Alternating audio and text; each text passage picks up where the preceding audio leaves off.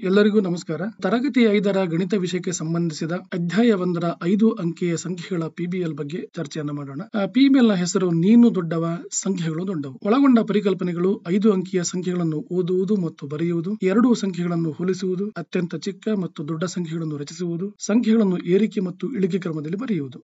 ಕಲಿಕಾ ಫಲಗಳು 5 ಅಂಕಿಯ ಸಂಖ್ಯೆಗಳನ್ನು ಗುರುತಿಸುವರು ಮತ್ತು ಹೋಲಿಸುವರು, ದತ್ತ ಅಂಕಿಗಳನ್ನು ಬಳಸಿಕೊಂಡು ಅತಿ ಚಿಕ್ಕ ಮತ್ತು ಅತಿ ದೊಡ್ಡ 5 ಅಂಕಿಯ ಸಂಖ್ಯೆಗಳನ್ನು ರೂಪಿಸುವರು, 5 ಅಂಕಿಯ ಸಂಖ್ಯೆಗಳನ್ನು ಏರಿಕೆ ಮತ್ತು ಇಳಿಕೆ ಕ್ರಮದಲ್ಲಿ ರಚಿಸುವರು.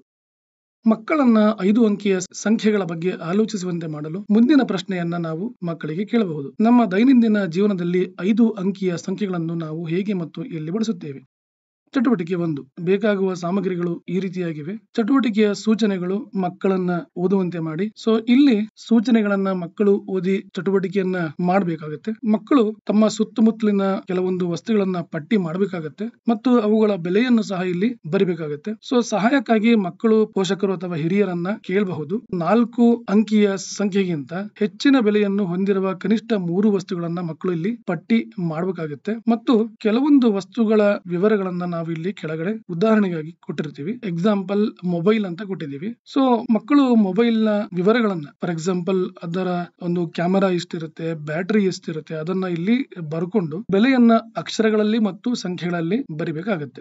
ಇದೇ ರೀತಿಯಾಗಿ ಮಕ್ಕಳು ಬೇರೆಯವ್ರನ್ನ ಕೇಳಿ ಒಟ್ಟು 3 ವಸ್ತುಗಳನ್ನ ಇಲ್ಲಿ ಪಟ್ಟಿ ಮಾಡಬೇಕಾಗುತ್ತೆ. ಎಲ್ಲಾ ವಸ್ತುಗಳ ಆಕಾರವನ್ನ ಮಕ್ಕಳು ಇಲ್ಲಿ ಒಂದು ಕಾಗದದ ಮೇಲೆ ಚಿತ್ರಿಸಬೇಕಾಗುತ್ತೆ. ಹೀಗೆ ಮಾಡೋದ್ರಿಂದ ಚಿತ್ರದ ಮೂಲಕ ಆ ಒಂದು ವಸ್ತುವನ್ನ ಹೇಗೆ ತೋರಿಸಬಹುದು ಆ ಒಂದು ಕಾನ್ಸೆಪ್ಟ್ ಅನ್ನ ಇಲ್ಲಿ ಬೆಳೆಸ್ಕೊಂತಾರೆ ಮತ್ತು ಅದನ್ನ ಅವರು ಪೋಸ್ಟರ್ ರೀತಿಯಾಗಿ ಮಾಡೋದ್ರಿಂದ ಪೋಸ್ಟರ್ ಪ್ರಿಪರೇಷನ್ ಹೇಗೆ ಮಾಡಬೇಕು ಆ ಒಂದು ಜ್ಞಾನವನ್ನು ಇಲ್ಲಿ ಮಕ್ಕಳನ್ನ ಬೆಳೆಸ್ಕೊಂತಾರೆ. ಮತ್ತು ಇಷ್ಟ ಆದ್ಮೇಲೆ ಅವರು ಕಲೆಕ್ಟ್ ಮಾಡಿರುವ ವಸ್ತುಗಳಲ್ಲಿ ಯಾವ ವಸ್ತು ಅತಿ ಹೆಚ್ಚು ದುಬಾರಿಯಾಗಿದೆ, ಈ ತರವಾದ ಪ್ರಶ್ನೆಗಳನ್ನ ನಾವು ಮಕ್ಕಳಿಗೆ ಕೇಳೋದ್ರಿಂದ ಅವರು ಸಂಖ್ಯೆಗಳ ಕಂಪ್ಯಾರಿಸನ್ ಮಾಡ್ಲಿಕ್ಕೆ ಅವ್ರಿಗೆ ಹೆಲ್ಪ್ ಆಗುತ್ತೆ. ಯಾವುದೇ ವಸ್ತುವಿನ ಬೆಲೆಯು ಅತಿ ದೊಡ್ಡ 5 ಅಂಕಿಯ ಸಂಖ್ಯೆಗಿಂತ ಹೆಚ್ಚಿದೆಯೇ ಎಂಬುದನ್ನ ಕಂಡುಹಿಡಿಯಿರಿ. ಫಾರ್ ಎಕ್ಸಾಂಪಲ್ ಮಕ್ಕಳು ಇಲ್ಲಿ ಕಾರ್ ಅಂತ ಹೇಳಿ ಒಂದು ಎಕ್ಸಾಂಪಲ್ ಅನ್ನು ತಗೊಂಡಿದ್ರೆ ಕಾರ್ ಬೆಲೆ ನಾರ್ಮಲ್ ಆಗಿ ಏನಿರುತ್ತೆ 1 ಲಕ್ಷಕ್ಕಿಂತ ಜಾಸ್ತಿ ಇರುತ್ತೆ. ಆ ತರದ್ದು ಯಾವ್ದಾದ್ರು ವಸ್ತು ಮಕ್ಕಳು ಬರ್ದಿದಾರ ಅಂತ ಹೇಳಿ ನಾವಿಲ್ಲಿ ಮಕ್ಕಳನ್ನ ಗೈಡ್ ಮಾಡಬೇಕಾಗುತ್ತೆ. ಮಕ್ಕಳಿಗೆ ತಮ್ಮ ಗ್ರಾಮ, ಜಿಲ್ಲೆ, ರಾಜ್ಯ, ದೇಶ ಅಲ್ಲಿರುವ ಜನಸಂಖ್ಯೆಗಳನ್ನ ಗೊತ್ತು ಮಾಡ್ಲಿಕ್ಕೆ ಈ ರೀತಿಯಾದ ಒಂದು ಪುಸ್ತಕವನ್ನ ಕೊಟ್ಟು ಆ ಗ್ರಾಮದಲ್ಲಿರುವ ಜನಸಂಖ್ಯೆ ಬರೆದು ಆ ಅಂಕಿಗಳಲ್ಲಿ ಹೆಂಗೆ, ಪದಗಳಲ್ಲಿ ಹೆಂಗೆ ಬರಿಬಹುದು ಅಂತ ಹೇಳಿ ನಾವಿಲ್ಲಿ ಚಟುವಟಿಕೆ ಮೂಲಕ ಮಾಡಿಸಬಹುದು. ಎರಡನೇ ಚಟುವಟಿಕೆ ಎಷ್ಟು ಇವೆ ಅಂತ ಒಂದು ಚಟುವಟಿಕೆ ಆಗಿದೆ. ಇದಕ್ಕೆ ಬೇಕಾಗುವ ಸಾಮಗ್ರಿಗಳು ಪೆನ್ಸಿಲ್ ಮತ್ತು ಕಾಗದ. ಇದನ್ನ ಹೆಂಗ ಅಂತಂದ್ರೆ ಇಲ್ಲಿ ಚಟುವಟಿಕೆ ಸೂಚನೆಗಳನ್ನ ಕೊಟ್ಟಿದ್ದಾರೆ. ಇಲ್ಲಿ ಕೆಲವೊಂದು ವಾಕ್ಯಗಳನ್ನ ಕೊಡಲಾಗಿದೆ. ಆ ವಾಕ್ಯಗಳನ್ನ ಮಕ್ಕಳು ಓದಿ ಆ ವಾಕ್ಯದಲ್ಲಿರುವ 5 ಅಂಕಿಯ ಸಂಖ್ಯೆಗಳನ್ನ ಇಲ್ಲಿ ಮಕ್ಕಳು ಗುರುತು ಮಾಡಬೇಕಾಗಿದೆ. ಇಂತಹ ಒಂದು ಸಮಸ್ಯೆಗಳನ್ನ ಮಕ್ಕಳಿಗೆ ನಾವು ಕೊಡೋದ್ರಿಂದ 5 ಅಂಕಿಯ ಸಂಖ್ಯೆಗಳನ್ನ ಎಲ್ಲಿ ಯೂಸ್ ಮಾಡ್ತಾರೆ ಅಂತ ಹೇಳಿ ಇಲ್ಲಿ ಮಕ್ಕಳಿಗೆ ಒಂದು ಜ್ಞಾನವನ್ನ ನಾವು ಕೊಡಬಹುದಾಗಿದೆ. ಫಾರ್ ಎಕ್ಸಾಂಪಲ್ ಇಲ್ಲಿ 4ನೇ ಪ್ರಶ್ನೆಯಲ್ಲಿ ಅಲ್ಲಿ 2 ಒಂದು ಸಂಖ್ಯೆಗಳು ಇದಾವೆ, 35,700 ಮತ್ತು 1,725. ಇಲ್ಲಿ ಮಕ್ಕಳು 4 ಅಂಕಿಯ ಸಂಖ್ಯೆಗಳನ್ನ ಗುರುತು ಮಾಡ್ತಾರೆ. ಅದನ್ನ 5 ಅಂಕಿಯ ಸಂಖ್ಯೆಗಳ ಜೊತೆಗೆ ಕಂಪೇರ್ ಮಾಡಿಕೊಂಡು ಅವರು ಒಂದು ಕಂಪ್ಯಾರಿಸನ್ ಅನ್ನೋದು ಸಹ ಇಲ್ಲಿ ಕಲ್ಕೊಂತಾರೆ. ಗುರುತು ಮಾಡದ 5 ಅಂಕಿಯ ಸಂಖ್ಯೆಗಳನ್ನ ಮಕ್ಕಳು ಏನ್ ಮಾಡಬೇಕಾಗುತ್ತೆ, ಇಲ್ಲಿ ಅಂಕಿಯನ್ನ ಬರೆದು ಅದನ್ನ ಪದಗಳ ರೂಪದಲ್ಲಿ ಇಲ್ಲಿ ಬರಿಬೇಕಾಗಿರುತ್ತೆ. ಮುಂದುವರಿದ ಇನ್ನೊಂದು ಪ್ರಶ್ನೆ, 5 ಅಂಕಿಯ ಸಂಖ್ಯೆಗಳ ಜೊತೆಗೆ ಕಿಲೋಮೀಟರ್, ರುಪೀಸ್, ಲೀಟರ್ ಇತ್ಯಾದಿಗಳನ್ನ ಏಕೆ ಬಳಸಲಾಗಿದೆ? 5 ಅಂಕಿಯ ಸಂಖ್ಯೆಗಳ ಮೊದಲು ಅಥವಾ ನಂತರ ಬಳಸುವ ಪದಗಳು ಅಥವಾ ಚಿಹ್ನೆಗಳ ಉದಾಹರಣೆಗಳನ್ನ ನೀಡಿ. ಇಲ್ಲಿ ಕಿಲೋಮೀಟರ್, ರುಪಿ, ಲೀಟರ್ ಇವೆಲ್ಲ ಮಾನಗಳನ್ನ ಸೂಚಿಸುತ್ತವೆ ಅಂತ ಹೇಳಿ ನಾವು ಮಕ್ಕಳಿಗೆ ಹೇಳಿ ಕೊಡ್ಬೇಕಾಗುತ್ತೆ. ಅದೇ ರೀತಿಯಾಗಿ ಇನ್ನೂ ಕೆಲವೊಂದು ಎಕ್ಸಾಂಪಲ್ಸ್ ನ ಮಕ್ಕಳಿಂದ ನಾವು ಬರೆಸಿದರೆ ಅವರು ಅದರಲ್ಲಿ ಪರ್ಫೆಕ್ಟ್ ಆಗ್ತಾರೆ.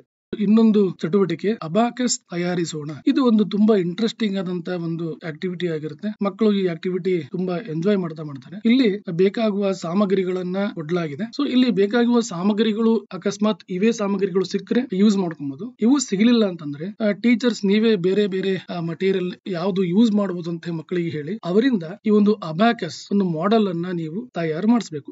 ತಯಾರು ಮಾಡಿಸಿ ಇಲ್ಲೆಲ್ಲ ತುಂಬಾ ವರ್ಕ್ ಮಾಡ್ಬೇಕಾಗುತ್ತೆ. ಫಾರ್ ಎಕ್ಸಾಂಪಲ್ ಅದನ್ನ ಸ್ಟ್ರೇಟ್ ಆಗಿ ನಿಲ್ಲಿಸೋದು, ಅವುಗಳಲ್ಲಿ ಬೇಕಾಗಿರುವ ಒಂದು ಮನೆಗಳನ್ನ ಯಾವ ರೀತಿ ತಯಾರು ಮಾಡ್ಕೊಳ್ಳೋದು. ಹ್ಯಾಂಡ್ಸ್ ಆನ್ ಎಕ್ಸ್ಪೀರಿಯನ್ಸ್ ಇಲ್ಲಿ ಮಕ್ಕಳಿಗೆ ಸಿಕ್ಕ ಹಾಗೆ ಆಗುತ್ತೆ. ಈ ಅಬಾಕಸ್ ಅನ್ನ ರೆಡಿ ಮಾಡ್ಕೊಂಡ್ಮೇಲೆ ವಿದ್ಯಾರ್ಥಿಗಳು ಏನ್ ಮಾಡ್ತಾರೆ, ತಮ್ಮ ಸ್ನೇಹಿತರಾಗಿರ್ಬೋದು ಅಥವಾ ನೆರೆಹೊರೆಯವರಾಗಿರ್ಬೋದು, ಪೋಷಕರ ಜೊತೆಗೆ ಆಗಿರ್ಬೋದು ಈ ಅಬಾಕಸ್ ನ ಯೂಸ್ ಮಾಡ್ಕೊಂಡು ಚಟುವಟಿಕೆಯನ್ನ ಮಾಡ್ತಾರೆ. ಏನ್ ಚಟುವಟಿಕೆ ಅಂತಂದ್ರೆ ಸಾಧ್ಯವಾದಷ್ಟು 5 ಅಂಕಿಯ ಸಂಖ್ಯೆಗಳು, 4 ಅಂಕಿಯ ಸಂಖ್ಯೆಗಳು, 3 ಅಂಕಿಯ ಸಂಖ್ಯೆಗಳು, 2 ಅಂಕಿಗಳ ಸಂಖ್ಯೆಗಳನ್ನ ಮಕ್ಕಳು ಇಲ್ಲಿ ಪಟ್ಟಿ ಮಾಡಬೇಕಾಗುತ್ತೆ. ಮಕ್ಕಳು ಈ ಸಂಖ್ಯೆಗಳನ್ನ ಬರದಾದ್ಮೇಲೆ ಅವುಗಳನ್ನ ಅಲ್ಲಿ ಅಬ್ಯಾಕಸ್ ಮೂಲಕ ಅವರು ರಿಪ್ರೆಸೆಂಟ್ ಮಾಡಬೇಕಾಗುತ್ತೆ. ಅದಾದ್ಮೇಲೆ ಸೊ ಈ ಎಲ್ಲಾ ಸಂಖ್ಯೆಗಳಲ್ಲಿ ಅತಿ ದೊಡ್ಡ ಸಂಖ್ಯೆ ಯಾವುದು, ಅತಿ ಚಿಕ್ಕ ಸಂಖ್ಯೆ ಯಾವುದು, ಅದನ್ನ ಗುರುತಿಸಿ ಬರೆಯಿರಿ ಅಂತ ಹೇಳಿ ಪ್ರಶ್ನೆಯನ್ನ ಮಕ್ಕಳಿಗೆ ಕೇಳಬೇಕಾಗತ್ತೆ. ಮತ್ತೆ 1, 3, 5ನೇ ಸಾಲಿನಲ್ಲಿರುವ ಸಂಖ್ಯೆಗಳನ್ನ ಏರಿಕೆ ಕ್ರಮದಲ್ಲಿ ಬರೆಯಿರಿ ಅಂತ ಹೇಳಿ ಪ್ರಶ್ನೆ. ಸೊ ಇಲ್ಲಿ ಈ ಅಡ್ಡ ಸಾಲಿನಲ್ಲಿರುವ ಸಂಖ್ಯೆಗಳನ್ನ ಏರಿಕೆ ಮತ್ತು ಇರಿಕೆ ಸ್ಥಾನದಲ್ಲಿ ಬರೆಯುವುದರಿಂದ ಮಕ್ಕಳ ಒಂದು ಆರೋಹಣ ಮತ್ತು ಅವರೋಹಣ ರೀತಿಯಲ್ಲಿ ಸಂಖ್ಯೆಗಳನ್ನ ಹೊಂದಿಸುವ ಅಥವಾ ಬರೆಯುವ ಜ್ಞಾನ ಎಷ್ಟಿದೆ ಅಂತ ಹೇಳಿ ನಾವು ಫೈಂಡ್ ಮಾಡಬಹುದಾಗಿತ್ತು. ಸೊ ಕೋಷ್ಟಕದಲ್ಲಿರುವ ಗರಿಷ್ಠ ಸಂಖ್ಯೆ ಗುರುತಿಸಿ. ಸೊ ಅಲ್ಲಿ ನಾವು ಈ ಮೇಲೆ ಕೋಷ್ಟಕ ರಚನೆ ಮಾಡಿದೀವಿ, ಅದರಲ್ಲಿ ಅತಿ ದೊಡ್ಡ ಸಂಖ್ಯೆ ಯಾವುದು ಅಂತ ಹೇಳಿ ಪ್ರಶ್ನೆಯನ್ನ ಇಲ್ಲಿ ಮಕ್ಕಳಿಗೆ ಕೇಳಿ ಮಕ್ಕಳಿಂದನೇ ಉತ್ತರವನ್ನ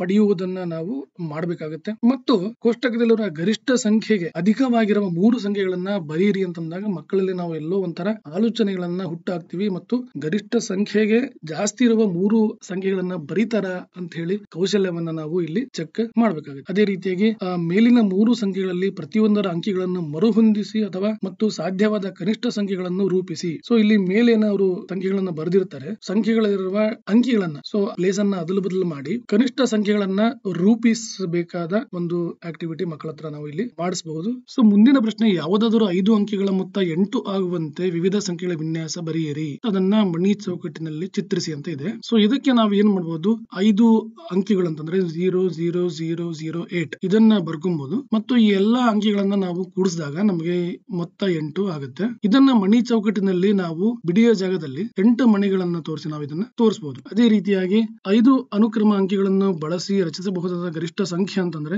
ಇದು 98,765 ಆಗಿರುತ್ತೆ ಮತ್ತು 5 ಅನುಕ್ರಮ ಅಂಕಿಗಳನ್ನು ಬಳಸಿ ರಚಿಸಬಹುದಾದ ಕನಿಷ್ಠ ಸಂಖ್ಯೆ ಅಂತಂದ್ರೆ 12,345 ಆಗಿರುತ್ತೆ. PBL ಆಕ್ಟಿವಿಟಿ ಮಾಡಬೇಕಾದ್ರೆ ಮಕ್ಕಳಲ್ಲಿ ರಚನಾತ್ಮಕ ಯೋಜನೆ ಬಂದಿದ್ರೆ ಅವರು ಇಲ್ಲಿ ಅದನ್ನ ಬರಿಬಹುದು ಮತ್ತು ಇಲ್ಲಿ ಸ್ವ ಮೌಲ್ಯಮಾಪನ 10 ಪ್ರಶ್ನೆಗಳಿರುತ್ತವೆ. ಉತ್ತರಗಳನ್ನ ಮಕ್ಕಳು ಇಲ್ಲಿ OMR ಶೀಟ್ ಅಲ್ಲಿ ನಮೂದಿಸಬಹುದು. ಧನ್ಯವಾದಗಳು.